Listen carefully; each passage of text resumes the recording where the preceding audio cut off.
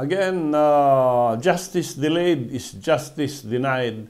At ito naman ay tungkol sa just compensation ng mga property na kinukuha ng gobyerno for road expansion, yung mga bridges, yung mga dinadaanan ng highway.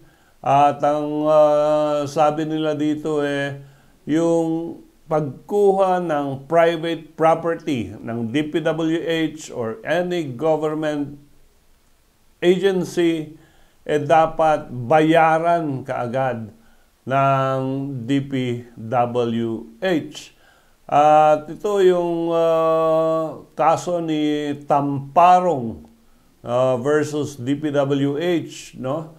And siya ay may lupa sa Cagayan de Oro, pero kinuha ng DPWH for the construction of a bridge yung kanyang lupa.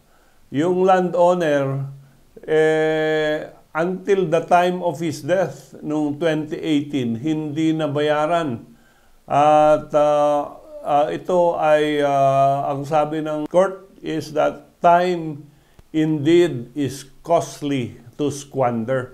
In other words, namatay na yung tao na entitled to compensation, pero it took DPWH more than 20 years, no? 4 million yata yung provisional deposit niya. After that, wala nang binayad, no? 9.4 million ang cost ng kinuhang lupa, pero sa tagal, hindi nakita, hindi na-enjoy nung tao na entitled, no, to the payment of just compensation yung kanyang benefits from the DPWH.